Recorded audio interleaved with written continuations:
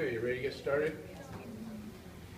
We're going to have an in-class today, so we'll try to finish a little early so we have time to do it. We're finishing chapter 12 today on the 25th. Monday of next week we'll do a little bit of chapter 3, taxes, and then a week from today is your third quiz. Over at whatever we covered from the previous quiz to that quiz. So you're going to have a homework assignment. I think it's already posted. It'll be due Monday of next week. And then there'll be no homework from chapter 13. I'll just post maybe some study problems. And then your quiz next Wednesday. Quiz 3.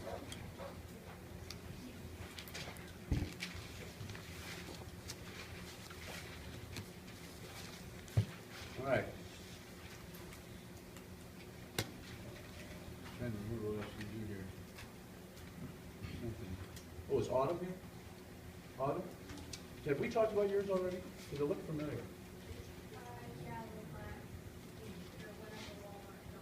Oh, that's what it was. Okay. What did you end up doing with Walmart? I sold it. Did you? Okay. I noticed you have some transactions here. 24.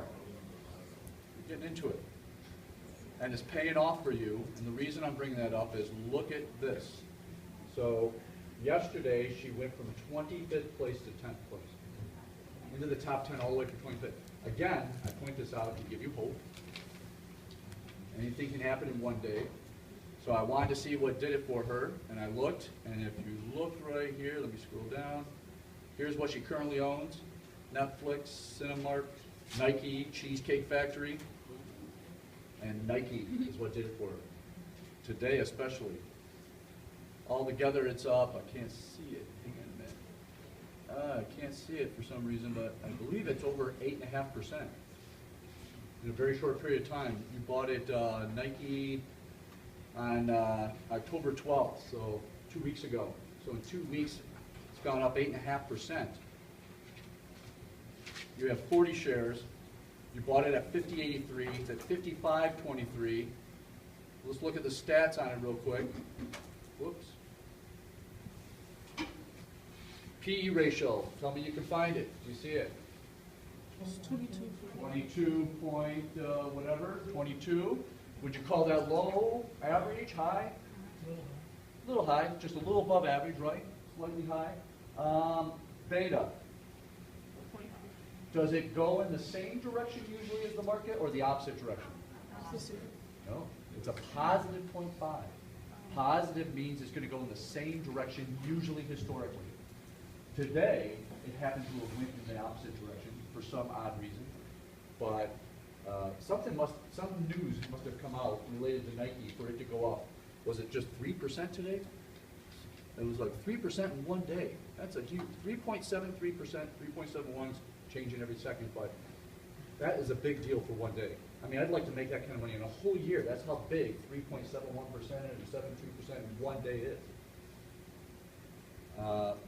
So usually this stock goes in the same direction. Is the ups and downs more or less than the overall market on average, looking at the beta? What are you comparing the beta to? Anybody remember? Really, nobody? But we're recording this. You know that, right? Nobody can remember what you compare the beta to? Overall market. Yeah, but what's the number you would compare? 1. 1, if it were at 1 on the nose, it means historically it's been going up and down the same direction in the same percentages as the overall market on average. In this case, is it going up and down more or less than the overall market? Less, because it's less than 1.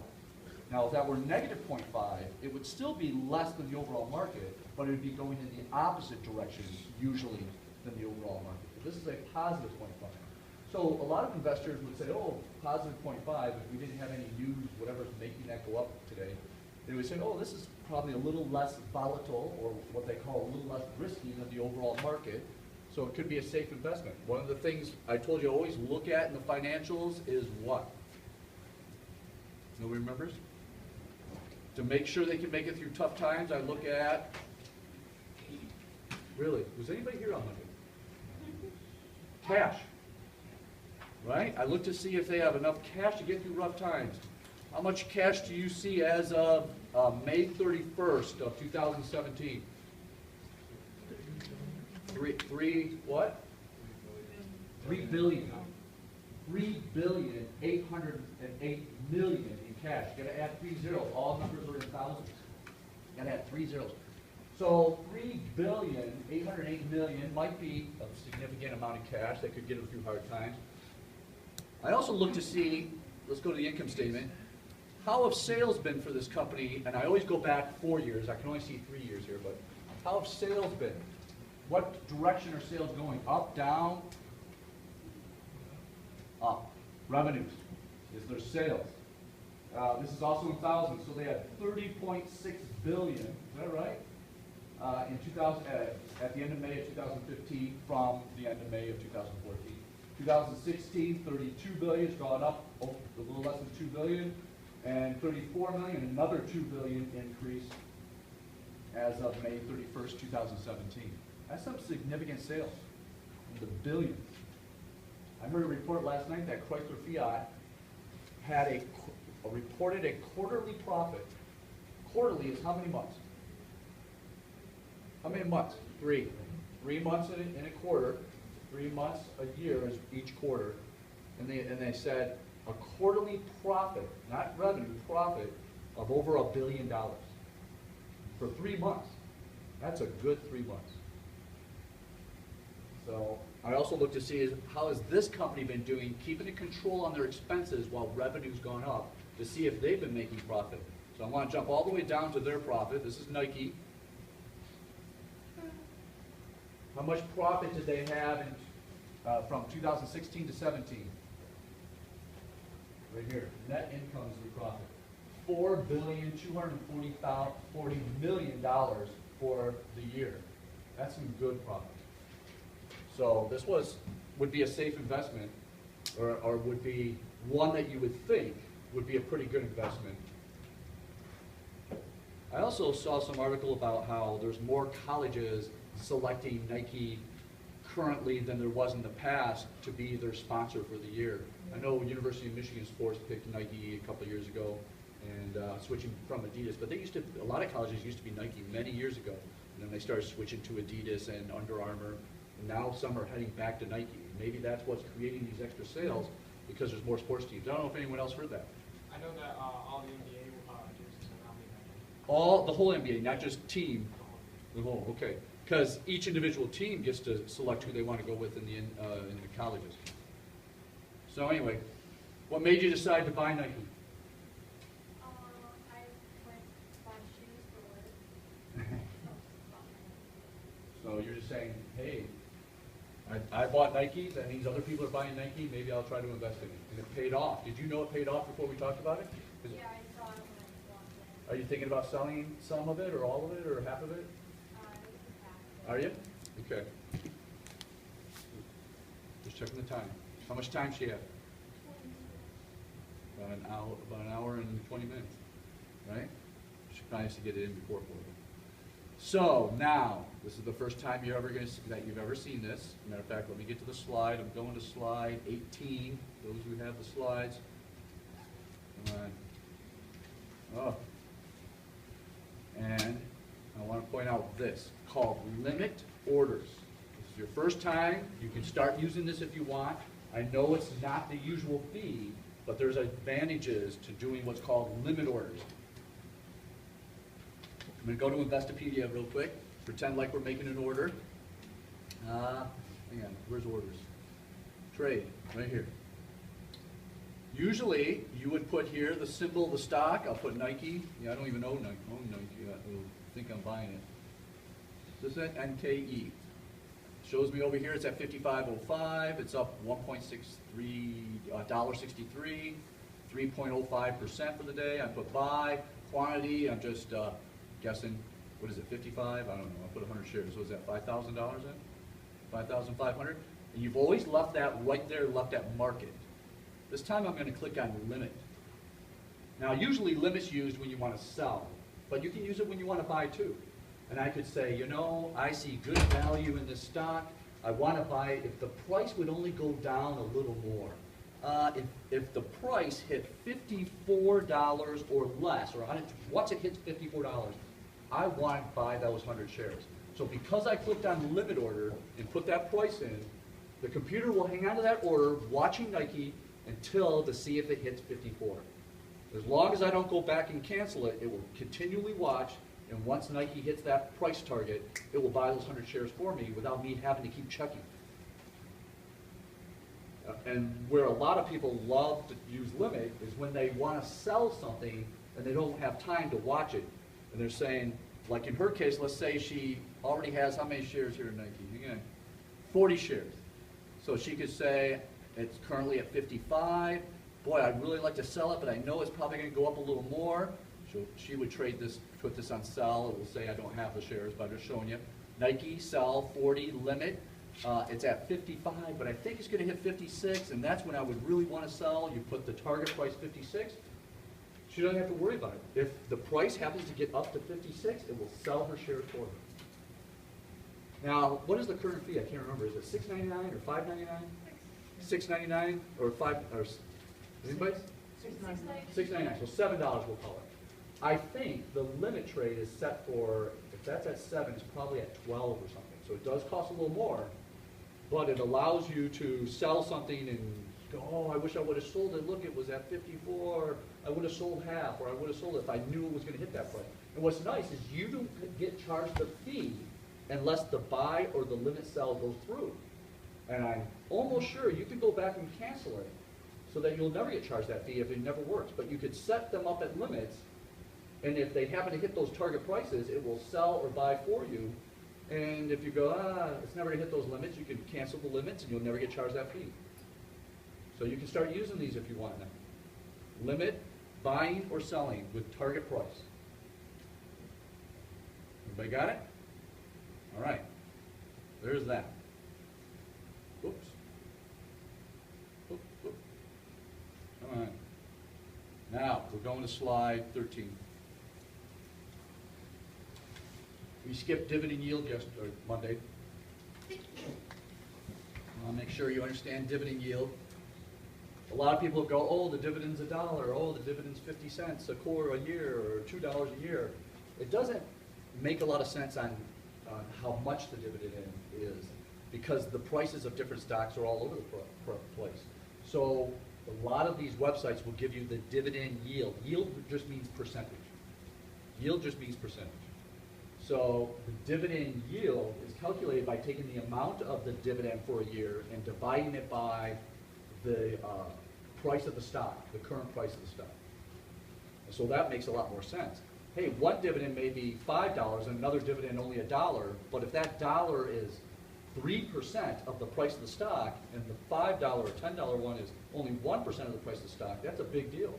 You want that 3% compared to 1%. You would just buy a lot more shares of it to get the dollar amount you're looking for. So we'll go back to Nike now. Whoop. Sell this up there? Okay. I want you to look at, tell me the dividend yield. 0.72 is the amount.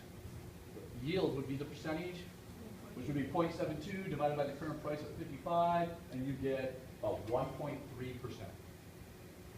So the person says, you know, I'm going to buy this stock, and even if the price doesn't go up, I'm at least going to be making 1.34% on my money if the price even stays right around where it is, because I'm going to be getting the dividend checks, which isn't a lot, 1.34, but a lot of companies will take the profits and take some of the profits and distribute it to the shareholders as dividends. It's a very common practice, and what it does is it attracts new investors who want that income on top of taking the risk, hoping the price goes up also. The dividend's a big deal. I want to look at one more dividend. I got to think of another company real quick. Anybody? We always do Netflix. I don't even think they pay dividends. How about, let's see if General Motors pays dividends. This is the new General Motors. My list is not coming up. I don't know why. You guys see what I'm seeing? Okay. Am I even on the internet? What's going on here?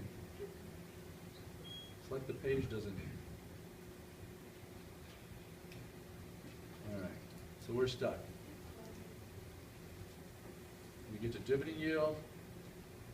Look at the dividend yield here. They're trying to attract investors. They had already gone bankrupt less than 10 years ago. This is, those old shares, many people's parents or grandparents, anybody have any parents or grandparents who worked in the shops around Flint at all? If they were in the investment savings program, they got shares of GM stock, and there's a lot of GM employees who said, oh, it's not gonna go bankrupt. These shares are coming back, even when it got down to $1 a share. I'm hanging on to this now, I've already, and it went bankrupt. And all those old shares are worthless.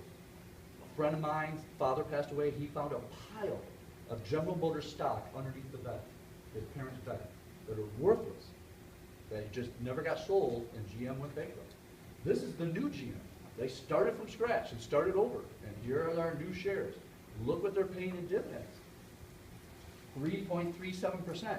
As an investor, you're going, hey, I'd rather, you know, if everything else were equal, I'd rather take the risk and get and know I'm going to get 3.37% in dividends, whatever happens to the stock price, compared to the Nike was only going to pay 1.32% or 1.34%.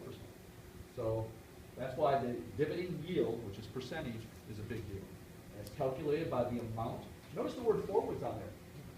That means that this is the dividend that's been announced that they're predicting will be paid for the year upcoming instead of the past. So the investor is going, well, they're pretty much saying they're going to be paying out $1.52 over the next 12 months. I'm going to make 3.37. No matter, you know, whatever happens to that price per share, I'm buying it at that price, I'm making 3.37. But if they end up having to sell those shares for less than what they bought them for, that's the risk you're taking. You still get to keep that dividend. All right, we're going to slide, so everybody knows how that's calculated and what it means. And the percentage is what's important. We're going to slide 14. Has anybody ever heard the words IPO? This company's IPO. It's when a company says, you know what? We're incorporated. My brother and I started this company. We own all the shares, but we want to go public. We're at that point now where we want to raise money, but we don't want to give up control of our company. But we need this money to expand. We see opportunity. We want to change the direction the company's going in a little bit. We want to hire a sales team or something like that to expand. So instead of borrowing money, we're going to give up some of the shares of our company. It's called IPO, Initial Public Offering. And you'll hear about them all the time if you ever watch CNBC. Almost every few days there's a company saying, we're going public. And those initial shares, the company gets, they pick a financial institution to do this initial public offering of shares. That institution will evaluate their books, try to figure out what the price of those shares are worth, what they should sell for in the market, and that is the beginning price the day the market opens, the day that these shares become public. Now, in the example I just gave you, where there's two brothers who started the company and they own all the shares, they're probably only going to give up a percent of shares that are far less than 50%, because each share counts as one vote. And as long as the original owners keep 51% of the shares or more, they always win every vote. So there's really no reason for anybody to vote, because it's whatever they decide. Now, if for some reason you have two owners who don't agree, and something has to come to a vote, they're going to go, oh my God, we let all those shares go to the public. They're now going to be able to decide which direction we're going in, because we can't agree. And that's happens. So, initial public offering is what IPO means. Okay, we're going to slide 16. This is one of my pet peeves. There was a new law that was supposed to start earlier this year that was supposed to stop some of this. It's called churning. CHURNING.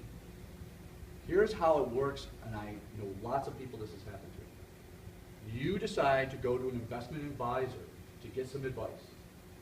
You have your retirement program going on, you have your emergency fund saved up, and you're ready to get into some investing, but you didn't want to do it yourself. You wanted to get an advisor. You have that initial meeting, they help you make some investments, they collected a little commission off those investments because they pointed you towards them. And some time goes by, and all of a sudden you'll get a phone call. They'll say, hey, I see opportunity here. We need to sell this so we can buy this. You need to ask yourself, is this investment advisor really looking out for my best interest, or is there something else going on? Because This is a very common practice. A lot of investment advisors are on straight commission, and they have certain quotas or goals they have to reach each month. And if they reach those goals or quotas, their commission has a big bonus that comes along with this. A very common practice. And so if they see that they're darn close, and all they need is for one of their clients to buy something or sell 100 shares or something like that, they'll start making phone calls to try to talk a client into selling or buying something to get them past that point they need to be to get that bonus. And they're not looking out for your best interest. They're trying to generate a commission, trying to generate a fee for a trade. It's so common that it's happening every day. So there was a law that passed a couple years ago, and it was going to start in April, where if anybody has a retirement, a 401k, or your IRAs through an investment advisor, that, I'm trying to think of the words. The law was that if it looks like they're taking your retirement money and trying to convince you to make decisions that are not in your best interest, you would have had then this opportunity to sue them. But then Trump signed an executive order in April to stop that law from taking place. So churning is still happening. And the law would not have protected your savings, just retirement that you have through investment advisors. So anyway, so you watch out. I know you guys are going to forget all about this, but someday I hope you don't. You get that phone call and you guys say, don't just say, yeah, go ahead. And never sign anything that says you decide what to buy and sell. Never give away. Many elderly people will sign something and say, hey, financial advisor, you decide what to buy or sell. And then I'm looking at their financial statements and I'm seeing all these things being bought and sold, driving commissions and fees for the financial advisors. And it's just crazy. So always take your time. If you're being talked into buying or selling something, say, I'll get back with you. Give it a day, sleep on it, and do your own research a little bit before you make that decision. No matter how much pressure they're putting on you. It's called churning. It's happening every day. Next, we're going to the book, page 389. We're going fast. Any questions? You just want to get to that ink fund.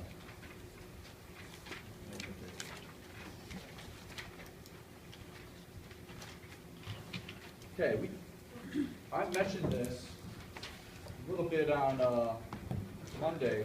Said we'd talk about more on Wednesday. Matter of fact, hang on a minute. I think I saw it on one of these pages. Okay, is this Nike? Can't tell. Or is this GM? This is GM. All right. Right below the dividend yield says X dividend date. You see that?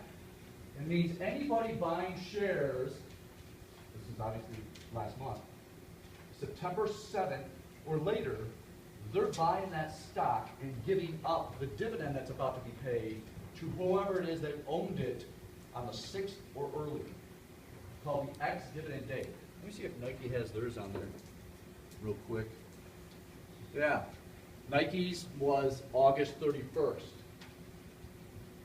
And how this happens is a long time ago, they had to figure out a way who gets the dividend when a stock is selling right around as the dividend date's coming up. And they did it with this little rule that you'll see at the bottom here, and it's called the date of record or record date. And every stock sells what's called X dividend, meaning whoever's selling it is not selling the dividend with it, just the stock. Whoever's buying it is buying just the stock, not the dividend. The X dividend date is always, I want to make sure everybody gets this in their notes, this is a big deal. The X dividend date is always 2 business days before the record date, or date of record is usually called. So you got to know what day, in this example it says May 15th, 2014. Let's pretend that's 2017. You got to know what day that's on.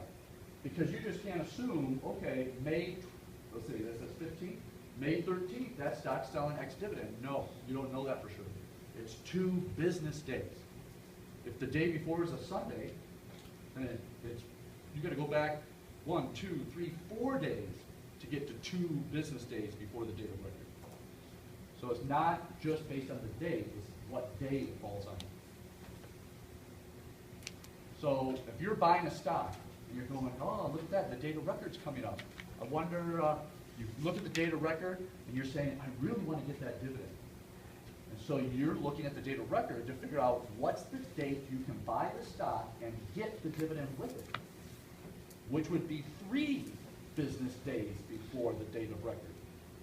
That would be the very last opportunity you have to buy those shares and get the dividend with it. The next day, if you buy the shares, called ex-dividend date, the person who sold them gets to keep the dividends. We have a little more on the other page here. Let me see what it's saying. It says on the second day before the record date, business day, it says dividends remain, whoops, here we go. Right up there it says dividends remain with the stock until 2 business days before the record date. Push that over. On the second day before the record date, the stock begins selling ex-dividend. And all the stocks who pay dividends, they announce a record date and a payment date. Matter of fact, I think this example had the payment date here. So even though you're thinking about buying this stock, we're pretending this is May 15th, 2017, and you're going, wow, it's coming up quick. I'm going to buy it, and you notice that's on a Thursday. So the first, hey, if you buy it on the 14th, you don't get the dividend. You buy it on the 13th, you don't get the dividend. You buy it on the 12th, the dividend's yours. You buy it on the 12th, and you only have to own it until 1 month later, and you get the 3-month dividend that the other person gave up when they sold it. So there's advantages to knowing about that. You're getting 3 months worth of dividends, and you only owned it for 1 month.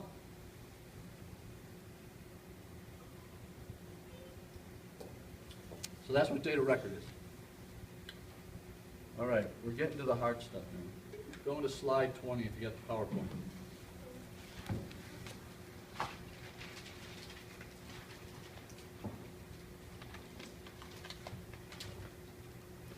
We're going to start with, this is a technique, a strategy for short term. And I thought about adding this into the game, but I have it disabled right now, so you can't do it. But it's called buying on margin. It's kind of like borrowing money from your broker. And you just have to pay interest on it. And how it works is that if you're saying, you're thinking about buying some shares of a stock and you feel really confident that price is going to go up. And you wish you could buy more shares, but you just don't have enough money free and you don't want to sell the other things to get this.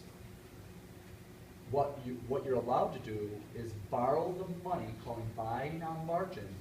It can only be used to buy additional shares, and the maximum that you can borrow buying on margin is 50% of the purchase. You have to provide the money for 50%, and you can borrow 50%. So for example, if you go, wow, I have the money to buy 100 shares, but I really want 200, you can buy the other 100 on margin because you're putting up half the money. You can't go over half.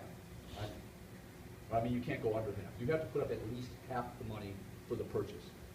You have enough money for 150 shares, you could buy 300 shares. Now, you're getting charged interest while you borrow the money. You have now twice as many shares as you originally thought you could buy. You'll end up being right, and that stock does go up.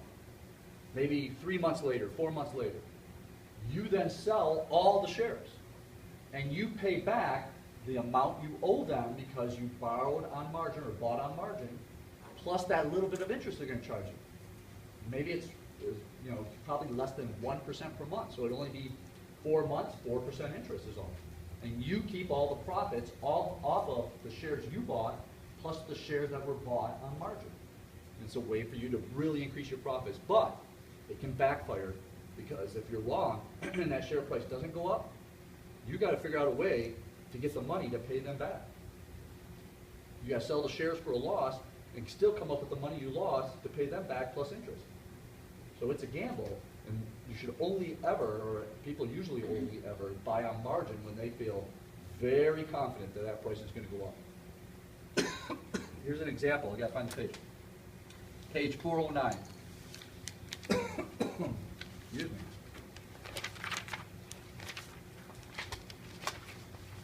There's the bottom of the page. Starts at the bottom of the page. Here's an example that says, suppose you're expecting the market price of ExxonMobil to increase in the next 3 to 4 months. You, for some reason, just feel 99% confident that price has to go up. You're just been watching and watching it, and you just feel really good about it. And let's say you have enough money to buy 100 shares. So you can buy on margin, because you have enough for 100 shares, that means you can borrow enough to purchase another 100 shares. So you'll be allowed to get 200 shares where usually you would have only bought 100. Next page shows you the math on it. So sure enough, you buy 200 shares at $7 a share. So the price increases by $7 in that small amount of time, 4 months. So you now sell your 100 shares and the 100 shares you borrowed on margin. 200 shares times $7. Where am I? $1,400 profit. You owe, however much you had to borrow to get those, and the example's not showing it, you would probably owe 4% interest over the 4 months, maybe 1% per month. And let's say it was $5,000, you don't owe a lot of money.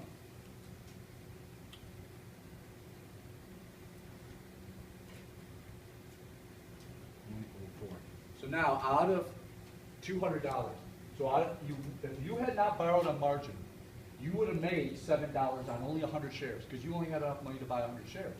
So you would have had profit of $700.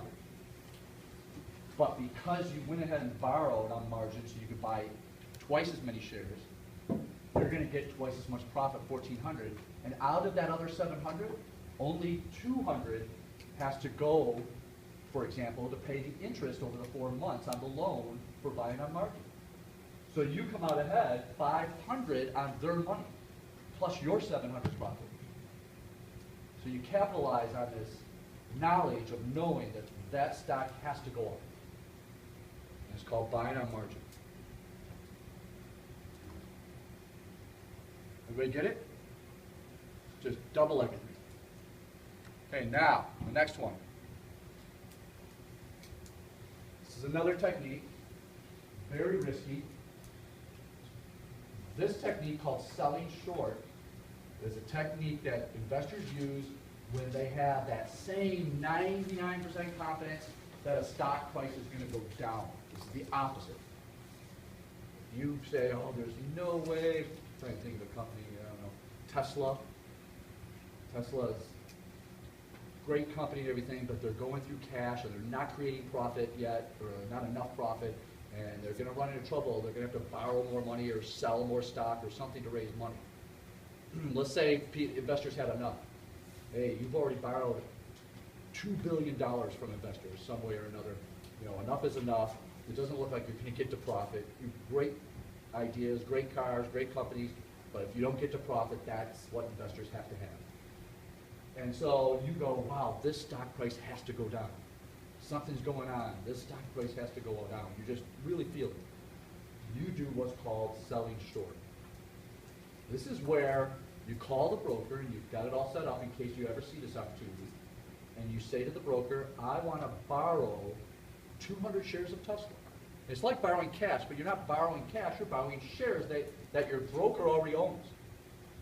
And they say, okay, we're going to transfer these 200 shares into your account. Same deal, you got to pay about 1% of their value per month while this is going on, and you got to give us back the shares eventually. Let's say we'll put a limit of 6 months on it. So the price better go down within 6 months because you got to give us back the shares, whether the price went down or not. Sure enough, the price goes down. You sold the shares as soon as they got transferred into your account. You borrowed the shares and you sold them at the price, the higher price. 3, 4 months go by and the price sank, just like you thought would happen. You now take that money, which they lock up. You just can't go and spend it. You borrowed the shares. You take that money and rebuy those shares at a much lower price because it went so far down. You go, hey, thank you for letting me borrow these shares. Here you go. I just bought them back. But you bought them at such a lower price that you didn't even have to spend all that money that you got when you sold them. And all the money that's left over, you get to keep. Minus that little bit of fee, interest fee, for borrowing the shares. and it's called selling short. Anybody ever see that movie called The Big Short? Anybody here?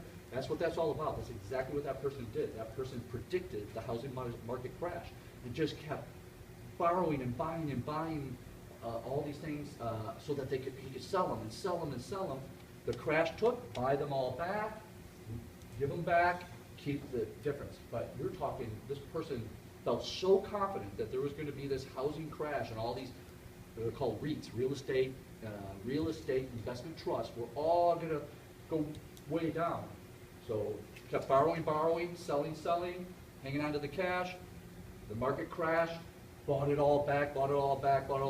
Here you go. And several $1 billion left over to keep, based on just because they knew that was going to happen. So that's called the selling short technique. Very tricky. It's not as hard as it looks, but everybody get it? All right. I think you're going to see like a true and false and multiple choice on one of these, margin or selling short. You guys kind of try to understand it enough to be able to answer the question, okay? Is that it? That's the end of chapter 12? We got plenty of time to do our in-class? Oh, wait, I forgot. I got this in the mail yesterday. Hang on.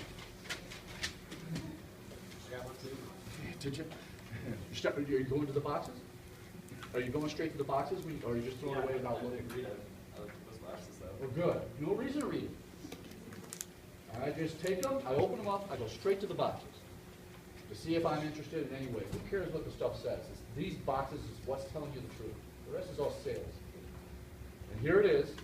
Hey, I just transferred $500 onto this card, and I'm going to pay the minimum balance every month. The little bit that I'm going to owe is probably like a $50 or $30 every monthly fee.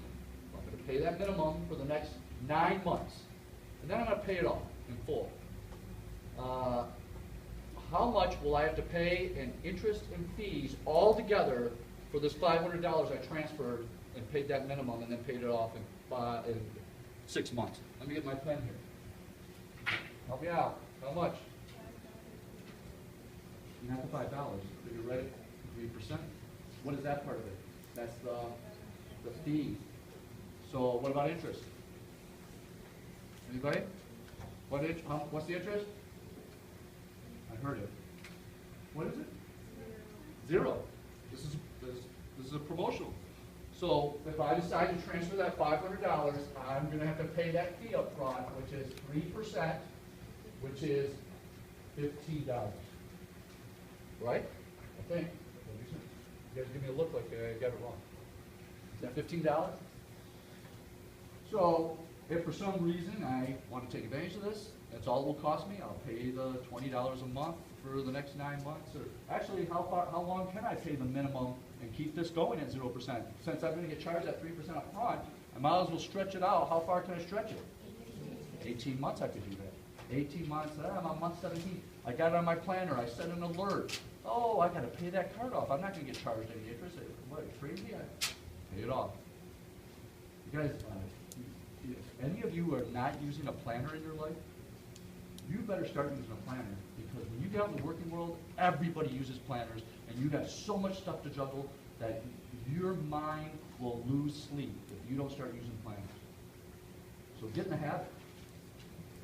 There's companies who make their employees go through classes to use certain kinds of planners. I can't tell you how many different companies have all their employees go to these presentations teaching them how to use different kinds of planners. So if you don't use a planner, start forming the habit now so you're on top of that. And I happen to use my phone, and I plan, tonight it will remind me that I got to post this video. It will remind me I have to grade the in-class assignments that you're about to hand in. It will remind me to prepare tomorrow's lecture for the management science class. I have everything on my planner. I make sure I have certain bills I can pay by certain dates. Are you ready? Homework's posted, due on Monday. Here's your in-class assignment. Let me read it to you real quick.